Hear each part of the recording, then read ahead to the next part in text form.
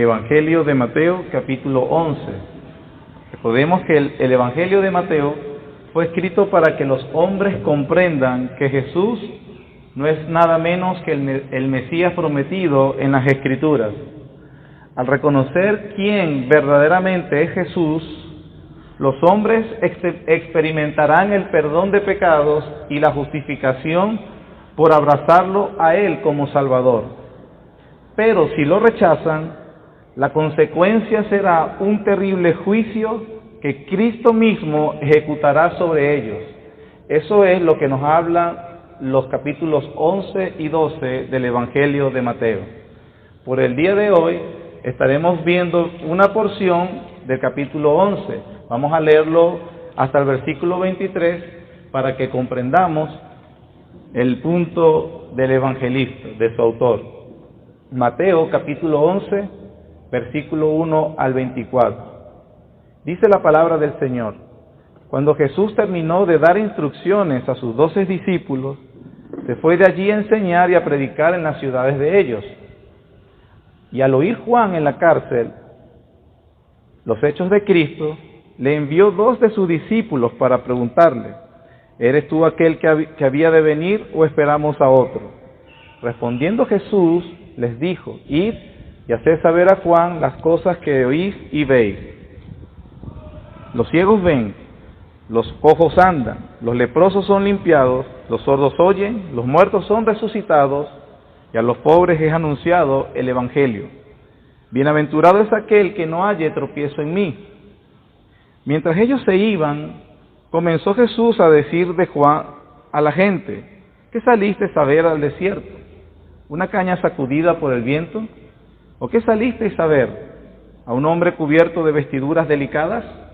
He aquí, los que llevan vestiduras delicadas en las casas de los reyes están. ¿Pero qué salisteis a ver? ¿A un profeta? Sí, os digo, y más que profeta. Porque este es de quien está escrito: he aquí, yo envío mi mensajero delante de tu faz, el cual preparará tu camino delante de ti. De cierto os digo, entre los que nacen de mujer, no se ha levantado otro mayor que Juan el Bautista, pero el más pequeño en el reino de los cielos, mayor es que él. Desde los días de Juan el Bautista hasta ahora, el reino de los cielos sufre violencia, y los violentos lo arrebatan. Porque todos los profetas y la ley profetizaron hasta Juan. Y si queréis recibirlo, él es aquel Elías que había de venir. El que tiene oídos para oír, oiga. Mas, ¿a qué compararé a esta generación? Es semejante a los muchachos que se sientan en las plazas y dan voces a sus compañeros, diciendo: os tocamos flauta y no bailaste, os endechamos y no lamentaste. Porque vino Juan que ni comía ni bebía y dicen: demonio tiene.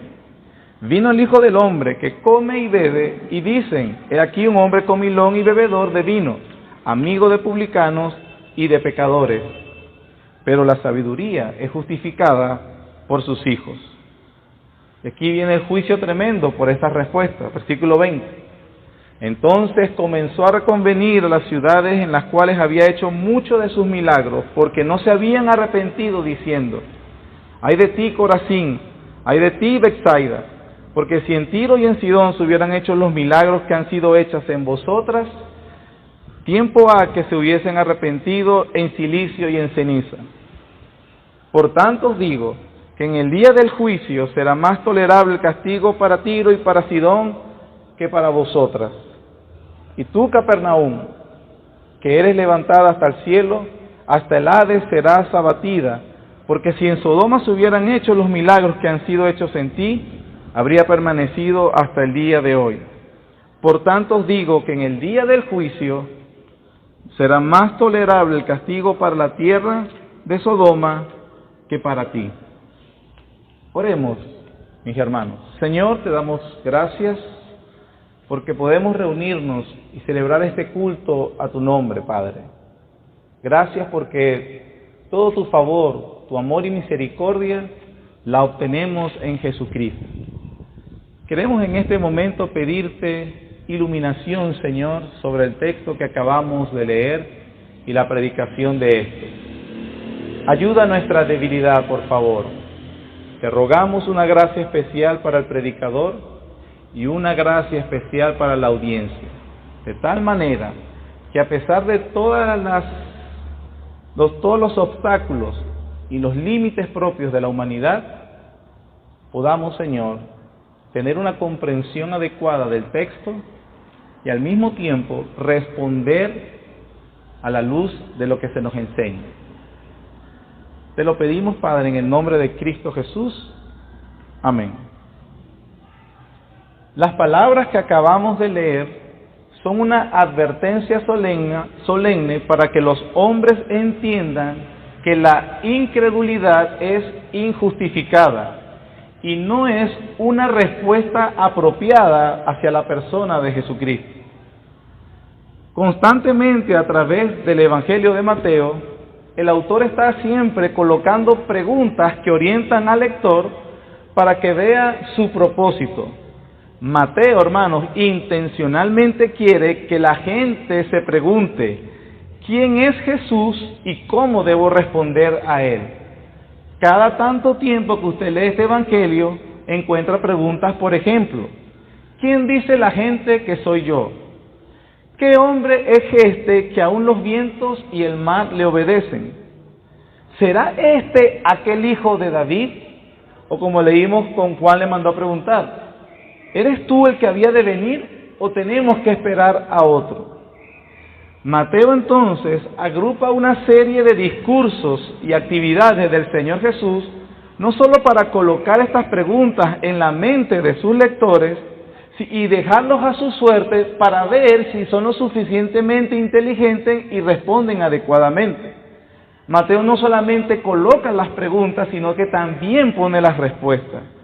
El evangelista entonces quiere que las personas cuando se hagan estas preguntas respondan correctamente a lo que se les revela de Jesucristo. Que ellos respondan con fe y arrepentimiento hacia Jesús. De hecho, en el Evangelio usted puede ver que Mateo dice que la creación visible, es decir, el viento y el mar, le obedecen. Por lo tanto, los hombres tienen que obedecerlo. Mateo dice que la creación invisible también le obedece inmediatamente. Y no solamente eso, sino que lo reconoce como hijo de Dios y que tiene el poder para juzgarlos eternamente en el infierno. Y se arrodillaban delante de Él. Mateo también nos dice que la enseñanza de Jesucristo superaba por mucho a los hombres más preparados de su época. Nicodemo, un intelectual religioso de la época, le dijo, Maestro, sabemos que vienes de Dios. Mateo nos dice que su poder sobre la enfermedad era innegable. Los adversarios de Jesucristo no negaban lo que hacían. Lo que decían era que le atribuían ese poder al diablo mismo. Al ver toda esta evidencia, Mateo también nos pone que muchos abrazaron a Jesús y creyeron en Él, pero no todos respondían como debían. Fueron muchos los que optaron por la incredulidad, desperdiciando entonces la oportunidad que Dios les estaba dando a través del privilegio de ver al mismo Hijo de Dios encarnado, invitándoles a que creyeran en Él. El texto que nosotros vamos a estudiar, nos vamos a dar cuenta cómo esa generación fue objeto de un juicio terrible. Lo leímos de los versículos 20 al 24. Los comparó a las ciudades más perversas que se conocen en la historia de la humanidad, pero les dijo, más tolerable será el castigo para ellos que para ustedes que están escuchando y están rechazando. El Señor está diciendo, hermanos, que la generación que estuvo oyendo a Juan el Bautista y al Señor Jesucristo fueron una de las generaciones más privilegiadas que pudo haber existido. Sin embargo, lo desperdiciaron. El texto entonces nos enseña y nos está animando a que tengamos cuidado con el tipo de respuesta que le estamos dando a Jesús, sobre todo porque somos una generación privilegiada. Las personas realmente creen que la incredulidad es una opción perfecta o adecuada hacia la persona de Jesús. Algunos piensan que la incredulidad es una manifestación de brillantez intelectual. Pareciera que para yo ser intelectualmente reconocido, debería ser un escéptico o un agnóstico. Para estas personas, un elemento indispensable para el crecimiento humano, ellos dicen que la incredulidad es necesaria. La incredulidad nos libera, nos permite tomar la vida de forma abierta y sin prejuicios, dice este tipo de personas. El cristianismo, al contrario, esclaviza a las personas. Pero esta porción nos enseña que la incredulidad, en vez de ser un elemento de brillantez intelectual, es la peor tragedia que un ser humano puede cometer. Tanto así que evoca el juicio sin misericordia de parte del mismo Jesucristo. La incredulidad distorsiona seriamente la capacidad que tiene el ser humano para razonar con objetividad. La incredulidad lleva al hombre a separarse de Dios, que es la fuente de todo bien. Las evidencias que están ahí, pero el incrédulo decide pasarlas por alto. El argumento del evangelista es que la condenación vino porque ellos desperdiciaron el ofrecimiento de Dios a través de Cristo Jesús. Dios les había dado suficientes evidencias y razones, pero ellos prefirieron rechazarlos. No es por falta de información que los hombres no creen. No es porque el argumento no es necesariamente convincente. Es porque el incrédulo resiste a ser convencido por la evidencia. El texto que leímos es una demostración de eso. No se trata de un problema intelectual, se trata de un problema moral, un problema espiritual, una rebeldía abierta contra Dios y su Hijo. A través de este mensaje entonces y de este texto nosotros aprenderemos que la respuesta que espera Dios de nosotros es crucial para nuestra eternidad. Debido a los privilegios y oportunidades que Dios nos da, no tenemos razón para seguir en incredulidad. Veamos nuestro texto a partir del versículo 7 al 15. Dice que la tragedia de esta incredulidad, porque esta generación no quiso creer al más grande de todos los profetas que Dios pudo haber enviado. Versículo 7. Mientras ellos se iban, comenzó Jesús a decir de Juan a la gente: ¿qué salisteis a ver al desierto? ¿Una caña sacudida por el viento? ¿O qué salisteis a ver a un hombre cubierto de vestiduras delicadas? He aquí los que llevan vestiduras delicadas en la casa de los reyes están. ¿Pero qué salisteis a ver? ¿A un profeta? Sí, os digo, y más que profeta. La insensatez de la generación que rechazó el mensaje de Juan el Bautista se puede ver cuando vemos que el Señor mandó a un profeta con un carácter impecable. Los versículos de 7 al 9 que acabamos de leer constituyen un elogio al carácter de Juan el Bautista, que se lo hizo nada más y nada menos que el mismo Hijo de Dios. Jesús hace 3 preguntas para resaltar la personalidad de Juan y al mismo tiempo hacerle ver el peso de la incredulidad de esta generación. Lo primero que le pregunta es: ¿qué salieron a ver? A una caña sacudida por el viento. La personalidad de Juan el Bautista era similar al profeta Elías, que ellos conocían muy bien del Antiguo Testamento. Él se destacaba por su firmeza heroica y que esa firmeza heroica atrajo precisamente a muchas multitudes. El ministerio de Juan el Bautista fue valiente, fue constante y determinante.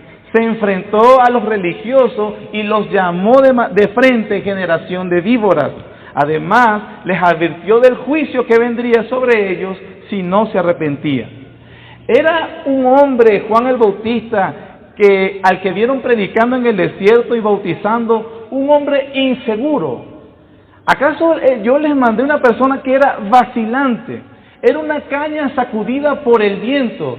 La caña sacudida por el viento es ese tipo de juncos o de ramas que salen en la orilla de los ríos, que a través del viento son tambaleadas de acá para allá. La gente seguramente al escuchar esa pregunta del Señor Jesucristo probablemente se rió, porque sabían que Juan era todo menos débil. ¿Alguna vez le está diciendo el Señor Jesús: vieron cambiar a Juan su mensaje? o flexibilizar sus normas. ¿Era Juan un hombre que se dejaba influenciar por las opiniones humanas? La respuesta obvia era no. La gente sabía que Juan el Bautista era todo menos ser débil o pusilánime. Segunda pregunta retórica que destaca la personalidad de Juan. El Señor les pregunta, ¿era Juan un hombre cubierto de vestiduras delicadas? Con este tipo de pregunta, el Señor destaca que ese profeta que ellos rechazaron era un hombre indiferente a las comodidades materiales y al lujo que los hombres generalmente están persiguiendo. Juan vivía en el desierto. El desierto es un lugar inhóspito. Es obvio que las motivaciones de Juan el Bautista no eran por las comodidades que le ofrecía el ministerio. No escogió hacerlo en una metrópolis. Él no está en Jerusalén, la capital religiosa judía. Él no lo hizo en el templo, lo cual era su derecho. Recuerden que él era un hijo de Zacarías, que era de la tribu de Aarón, un levita que le correspondía ministrar en el templo. Juan renunció a todos esos privilegios y se fue al desierto, y la gente lo siguió porque veían precisamente una persona totalmente distinta a los que ellos estaban acostumbrados. Juan era todo menos autocomplaciente, porque el autocomplaciente cubierto de vestiduras delicadas no vive en el desierto como hacía Juan. Juan usaba vestido de camello, tenía un cinto de cuero alrededor de sus lomos. El estilo de Juan, el estilo austero de Juan, era precisamente un reclamo vívido hacia esa autoindulgencia que tenía el pueblo de Israel. Juan no era conocido por una persona que tenía el paladar exquisito. Juan no se comía las mejores comidas del momento. Su alimentación era básica, miel silvestre y langostas que tenía por el desierto. Los historiadores inclusive dicen que los escribas, para ganarse cierta reputación, no se vestían con los vestidos normales o básicos, sino que siempre ostentaban vestidos lujosos, porque así tú sabes, la ética, la etiqueta es muy importante y nos dice, proyecta la imagen que uno debe tener. Juan el Bautista no era movido por esos estándares sociales. Tercera pregunta que les hace el Señor Jesús para destacar la personalidad de Juan y la insensatez de rechazar a este hombre. ¿Qué salieron a ver al desierto? ¿Un profeta? Y obviamente el Señor dice sí. No solamente era un profeta. El Señor Jesús dijo era más que un profeta. El vocablo significa él era más allá de la medida de lo que debe ser un profeta. Es como que ser un profeta, para ser un profeta según los estándares de Dios había que llegar acá. Bueno, Juan el Bautista superaba en creces lo que precisamente tenía. El vocablo significa abundantemente, él superaba a cualquiera de los profetas que ustedes hayan conocido. Lo que Jesús quiso decir es que Juan era mucho mayor, que su persona estaba por encima de cualquiera de los profetas de antaño. A los que venimos estudiando Reyes y Profetas, nos es impresionante este tipo de afirmación del propio Señor Jesús. Uno no se imagina la estatura, por ejemplo, del profeta Isaías, del profeta Jeremías, del profeta Ezequiel, del profeta Daniel y el del primero de todos, inclusive Moisés, o del profeta Elías. Pero el Señor Jesús les dijo, no, el más grande de todos ellos inclusive es el que ustedes están rechazando, el que está preso y el que próximamente lo van a decapitar, y al que ustedes han estado negándole el arrepentimiento que les estaba pidiendo, anunciando el reino de Dios. Un comentarista dice acerca de esas palabras del Señor Jesús que Juan tenía todas las grandes cualidades de un verdadero profeta. Era vigoroso en sus convicciones morales, tenía integridad, era un hombre que tenía fuerza de voluntad, de un celo indomable y de una justicia realmente recta. Juan era más que un profeta porque en ese sentido el mensajero profetizado. De todos los profetas del Antiguo Testamento, ninguno había sido profetizado. Juan el Bautista era el cumplimiento de una profecía y al mismo tiempo un profeta que venía a cumplir su ministerio, de la profecía que estaba en Malaquías, capítulo 4, del 1 al 6. Entonces, ¿cuál es la tragedia de estas personas y por qué Dios y Cristo pronuncia un juicio tan terrible sobre estas personas? Porque ellos rechazaron a un hombre con carácter impecable, que no era vacilante o pusilánime, no era una persona que explotaba por sus intereses el ministerio, no era un interesado o un aprovechador, no era un autocomplaciente o indulgente, era un hombre que estaba enfocado en cumplir lo que Dios le había mandado, pero ellos rechazaron eso. Por eso el juicio vino sobre ellos. Pero el texto continúa. Si eso fuera poco, el Señor sigue exaltando la personalidad de Juan. Rechazaron no solamente al profeta, al hombre más grande y de un carácter intachable, sino que también rechazaron a un hombre con una dignidad sin igual. Versículo 11. De cierto os digo, entre los que nacen de mujer no se ha levantado otro mayor que Juan el Bautista, pero el más pequeño en el reino de los cielos mayor es que él. Desde los días de Juan el Bautista hasta ahora el reino de los cielos sufre violencia y los violentos lo arrebatan. ¿Por qué la dignidad de Juan el Bautista es más grande que todos los hombres nacidos hasta ese momento? ¿Qué es lo que hace la dignidad de Juan el Bautista tan singular? ¿Qué es lo que, en palabras de Jesucristo, lo hace diferente al resto de los hombres? Lo que está diciendo el Señor Jesús acá es que Juan el Bautista era un hombre escogido por Dios para realizar uno de los ministerios más extraordinarios jamás encomendado a un ser humano: ser el precursor o embajador del Mesías. La frase de los que nacen de mujer se refiere a esa cosa intrínseca entre los hombres. Con lo que respecta a la naturaleza humana, dice el Señor, no hay nadie mayor que Juan. Él es el ser humano más grande que ha vivido hasta ese momento. Desde una perspectiva terrenal, el carácter y el llamado de Juan el Bautista lo convertían entonces en el hombre más grandioso que había nacido aparte del mismo Señor Jesús. En cualidades como ser humano, Juan el Bautista era superior y Juan era inigualable. A ese rechazó la gente. Su incredulidad es injustificada porque el Señor les está diciendo: ustedes siguen negándose a arrepentirse, pero les he enviado al mejor ser humano que ha existido. ¿Y qué hicieron? Lo rechazaron. Lo que está diciendo nuestro Señor es que estas personas no tenían excusa porque Dios les había mandado el profeta más grande de todos y sin embargo prefirieron seguir en incredulidad. El juicio vino porque a través del rechazo de Juan, ellos estaban rechazando a Dios mismo. Lucas capítulo 7. Evangelio de Lucas capítulo 7. Desde el versículo 24 al 30. Esta narración es paralela, pero vean cómo termina esta sección. Versículo 24 al 30. Cuando se fueron los mensajeros de Juan, comenzó a decir de Juan a la gente: ¿qué saliste a ver al desierto? ¿Una caña sacudida por el viento?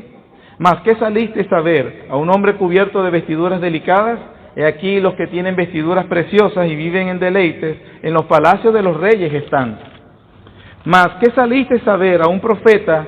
Sí, os digo, y más que profeta. Este es el de quien está escrito: he aquí, envío mi mensajero delante de tu faz, el cual preparará el camino delante de ti. Os digo que entre los nacidos de mujeres no hay mayor profeta que Juan el Bautista, pero el más pequeño en el reino de los cielos es mayor que él. Vean el versículo 28 al 30. Y todo el pueblo y los 29, y todo el pueblo Y los publicanos, cuando lo oyeron, justificaron a Dios bautizándose con el bautismo de Juan, mas los fariseos y los intérpretes de la ley desecharon ¿qué? Los designios de Dios respecto de sí mismos, no siendo bautizados por Juan. ¿Cuál fue entonces la tragedia de haber rechazado el mensaje de Juan el Bautista? La tragedia vino porque cuando Juan el Bautista les hablaba de su condición espiritual delante de Dios y que ese panorama que le estaba diciendo Juan el Bautista era precisamente los designios de Dios hacia ellos, ellos lo rechazaron. Y Juan les dijo: generación de víboras, hagan frutos dignos de arrepentimiento. No importaba toda la teología que se sabían, eran los mejores.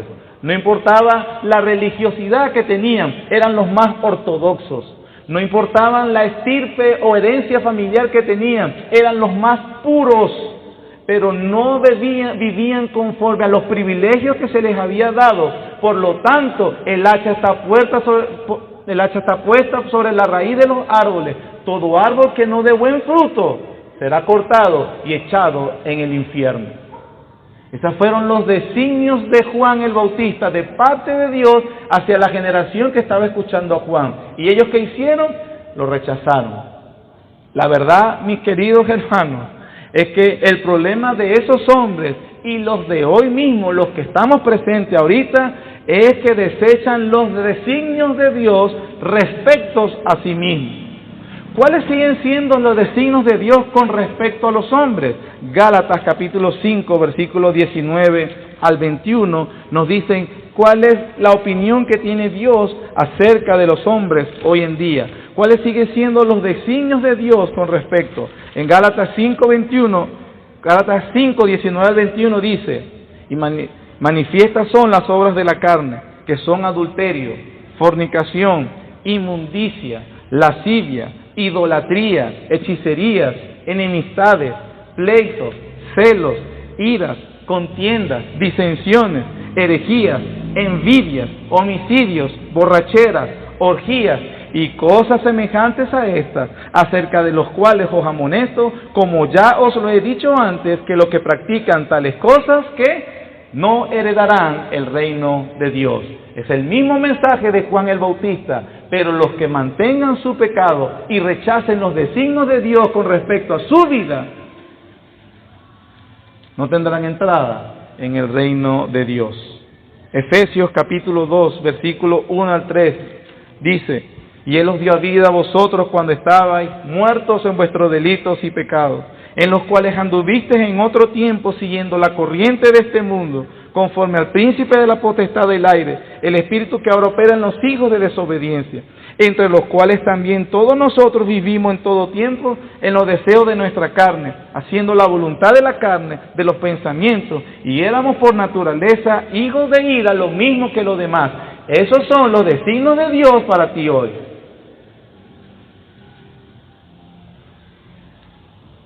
Pero el Señor nos pone en una posición exactamente como la que escuchaban a Juan el Bautista.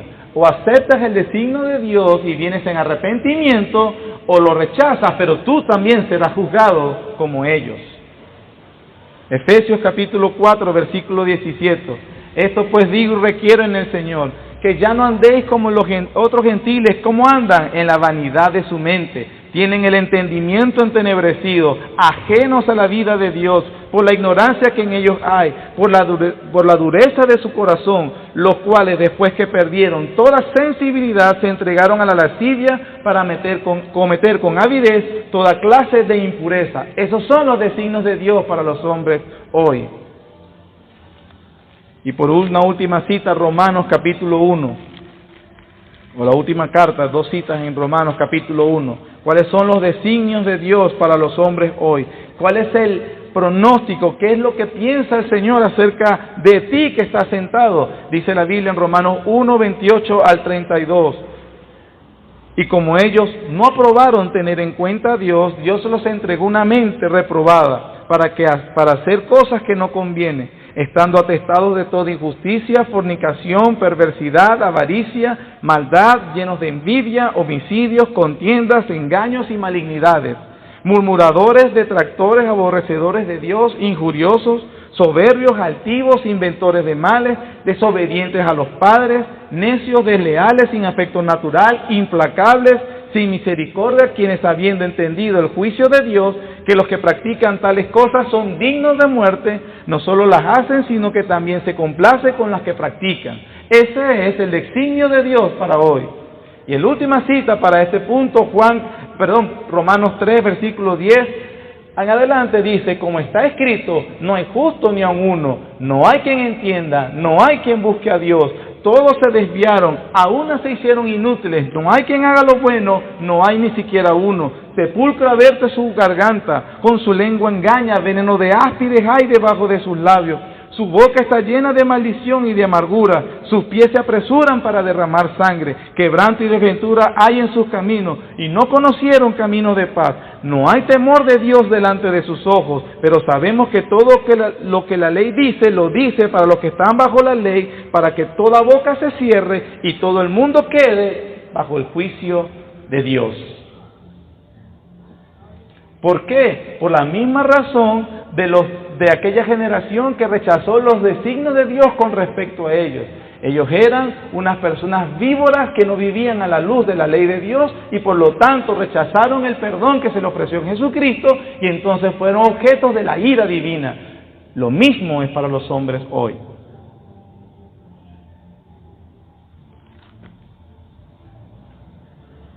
Pero el Señor también dice algo en el versículo 11. De cierto os digo, entre los que nacen de mujer, no se ha levantado otro mayor que Juan el Bautista. Y luego dice algo interesante. Pero el más pequeño en el reino de los cielos, mayor es que él. Qué cosa tan paradójica. Primero nos dice que no ha habido otro hombre que haya nacido más grande que él. Y después nos dice que hay alguien que es mayor que él, en grandeza y dignidad. Como nosotros acabamos de ver, la grandeza de Juan no era intrínseca a sí mismo. La grandeza de Juan estaba por la relación que tenía con el Señor. Porque él era un profeta que había sido anunciado y había tenido el privilegio de anunciar al Mesías, eso lo hacía el más grande de todos los hombres. Observa que la medida que tiene Dios para medir la grandeza de alguien es diferente a la del mundo. La gente mide la grandeza de las personas por dinero, posesiones materiales, apellido, profesión, logros, lo que sea. Jesucristo mide la grandeza de un hombre según la relación que tienen con Él. En ese sentido, hasta ese momento, no había existido un hombre más grande que Juan el Bautista. Pero después dice, pero el más pequeño del reino de los cielos, mayor es que Juan. ¿Por qué? ¿Por qué es que alguien más pequeño, el más insignificante, el más nuevo de los convertidos en el reino de los cielos, mayor es que Juan? Porque si decimos que Juan el Bautista tenía una relación sin igual con el reino de Dios, en cuanto que era su precursor y su anunciador, Juan, desde el punto de vista terrenal, no entró ni vio al reino de Dios. Porque precisamente cuando a Juan lo decapitan es que Jesús comienza a precisamente a ser más abierto con respecto al mensaje del Evangelio. Juan, recuerden, después del bautizo de Jesús, no vio más a Jesús. Y aunque tuvo una relación sin igual, Juan no entró en ese reino, no vio a Jesús haciendo todo lo que los discípulos le decían a él. Pero ¿cuál es la diferencia con alguien que sí cree en Jesucristo y entra al reino de Dios? Es que Juan no entró y el más pequeño del reino de los cielos tiene una relación intrínseca, una relación muy íntima con el Salvador, conoce al Salvador, está en el reino de Dios y eso lo hace más grande que Juan. Juan era como Moisés, que el Señor lo dejó estar en la cumbre del monte, le dejó ver la tierra prometida, pero no lo dejó entrar. Los demás somos como el pueblo de Israel, todo el tiempo rebeldes, pero al final sí pudieron entrar y disfrutar de las bendiciones del reino de Dios. A pesar de que Juan el Bautista es un hombre con un privilegio enorme, lo que nos está contrastando estos versículos, hermanos, que nosotros podemos decir que nosotros tenemos más privilegios que Juan el Bautista. Pero a mayor privilegio, mayor la responsabilidad. Juan el Bautista, acabamos de destacar todo lo que fue su ministerio. ¿Y cómo terminó su ministerio? Preso, solo, y terminó encarcelado. Bueno, preso, solo, y terminó siendo decapitado, quise decir. El más grande de todos los hombres, a pesar de sus dudas, fue elogiado por Jesús, fue recompensado por su Señor, pero hermano, sus circunstancias no le cambiaron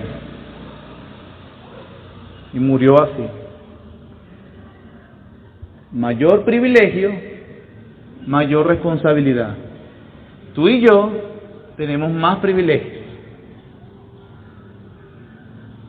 El Señor está esperando mejores respuestas de las que dio Juan el Bautista de parte de ti. Mejores. Mayor privilegio, mayor la responsabilidad. Juan el Bautista fue como ese capítulo de Hebreos 11 donde se nos anuncia aquel salón de la fama de los héroes de la fe. Si tú recuerdas todo ese capítulo de Hebreos 11, todos esos personajes son alabados por la fe que tuvieron. Pasaron por entre ríos, estuvieron entre cuevas de leones, fueron aserrados, perseguidos, crucificados. Hicieron todo lo que pasó a esos héroes de la fe. El autor de ese capítulo dice luego, sin embargo, ninguno de ellos recibió lo prometido. Nosotros de este lado, que ya hemos visto el canon completo, sigue teniendo mayor privilegio. Esta imagen que nos dio el Señor acerca de Juan el Bautista nos habla también, hermanos, de que no es la estatura moral, ni la devoción, ni el servicio, sino los privilegios que Dios nos da. El más pequeño en el reino de Dios es más grande que Juan. Más grande no por lo que hace, sino por lo que Dios hace por ellos. Porque en cuanto a acción, Juan el Bautista es insuperable. Así que ese cuento de que quiero hacer algo grande para Dios no le va a impresionar a Dios. Ya inclusive el más grande de todos fue Juan el Bautista. Lo que tú tienes que hacer es disfrutar y vivir a la luz de los privilegios que se te han dado como creyente del nuevo pacto. También en la vida de Juan el Bautista, mis hermanos, vemos varias cosas. ¿Cómo fue la grandeza de Juan? Dice,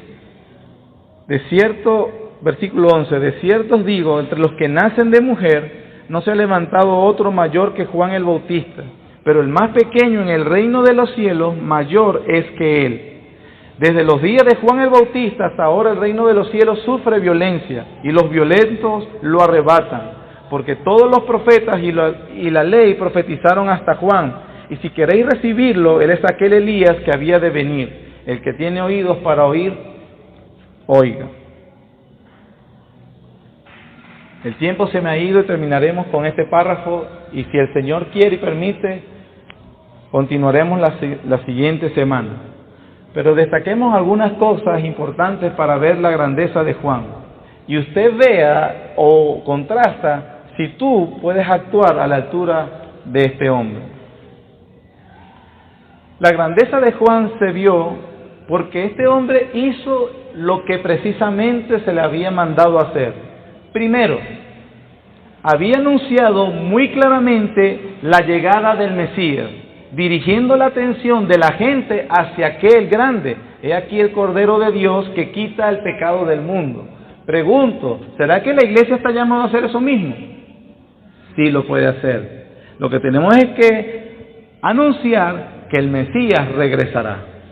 Viene por segunda vez por su pueblo, y que los hombres están llamados a arreglar su vida en este momento con respecto a Cristo, y si no, llevarán el juicio terrible del Rey de Reyes y Señor de Señores.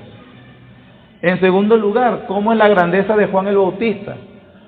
Juan, en su mensaje, enfatizó siempre la necesidad de arrepentimiento como única forma en que el pecador entra en el reino del Mesías. Pregunto, ¿será que tú y yo como iglesia podemos hacer eso? Sí. Enfaticemos a las personas que deben arrepentirse, que se deben humillar ante Jesucristo para que poder tener acceso al reino de los cielos. Y en tercer lugar, puesto que es deber del heraldo quedarse en segundo plano cuando llega al escenario aquel a que él había introducido, así Juan el Bautista resistió la tentación de llamar la atención sobre sí mismo. En cambio, con espíritu de humildad, dijo: es necesario que yo mengüe y que él crezca. Tú y yo estamos llamados a hacer eso. El punto no es llamar la atención sobre nosotros. El punto no es hacer un ministerio, una vida tan excéntrica que no pasa desapercibida, que todo el mundo tiene que darse cuenta de dónde estamos y qué estamos haciendo y qué soy o qué plan tengo.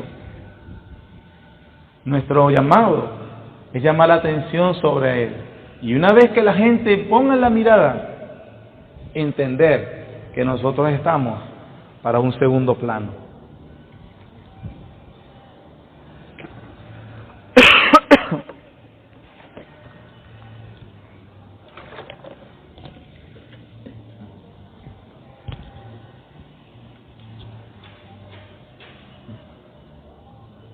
Esta sección, mis hermanos, nos ha hablado del ministerio que le agrada a Dios. ¿Cómo fue el ministerio de Juan? Desinteresado, sencillo, determinado y valiente. Así espera el Señor que nosotros cumplamos con nuestro deber. Hay otro punto también asociado con la primera parte, cuando Juan tuvo las dudas, ¿se recuerdan? Lo vimos la semana pasada, sobre aquel temor en las circunstancias que se encontraba. A través de ese tributo, Jesús le da un tributo a Juan el Bautista. El Señor, hermano, nos está diciendo a nosotros como iglesia que es incorrecto condenar a una persona sobre la base de una sola desviación en el camino recto. Es necesario, con el fin de hacernos una opinión verdadera acerca de un hombre, es necesario tomar su vida en general y no simplemente un aspecto.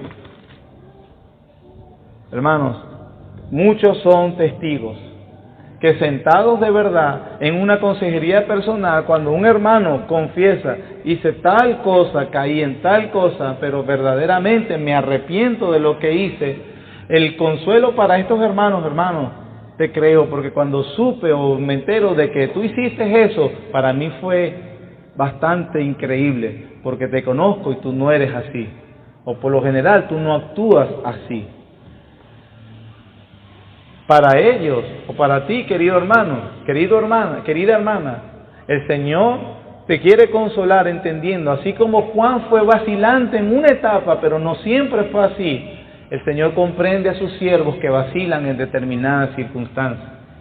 Ojo, determinadas circunstancias.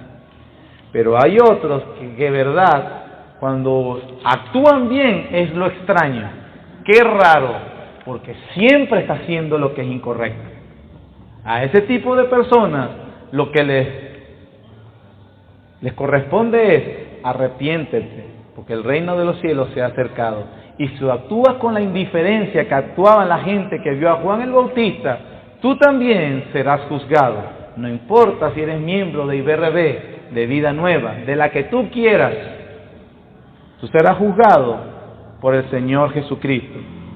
haz frutos dignos de arrepentimiento.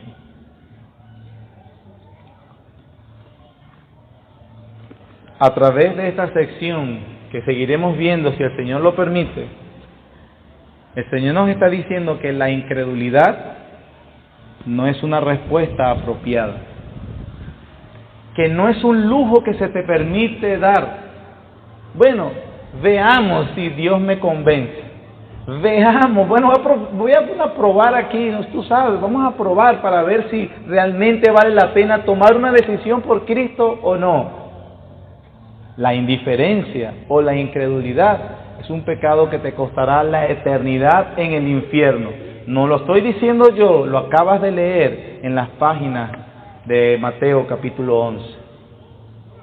Por lo tanto, la Biblia dice, si oyeres hoy su voz, no endurezcáis vuestro corazón, como en el día de la provocación, y cayeron en aquel día como 3,000.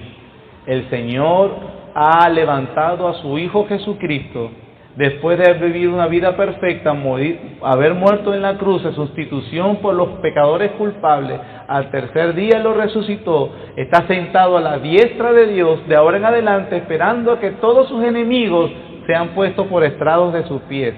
Tú vas a reconocer que Jesús es el Señor. ¿Lo harás ahorita arrepentido por tus pecados y recibir el perdón, o lo harás en el día del juicio para recibir el castigo que Él te va a dar? Pero lo cierto es que la incredulidad o indiferencia o el posponer no es la opción que el Señor te está dando. Por eso le dijo, ¿a qué compararé a esta generación? Les tocamos flauta, no bailan. Los endechamos para que lloren y no lloran. ¿Es chicha o es limonada? Pero por actuar así, por creer que es un lujo que Dios te permite, entonces recibirás el juicio.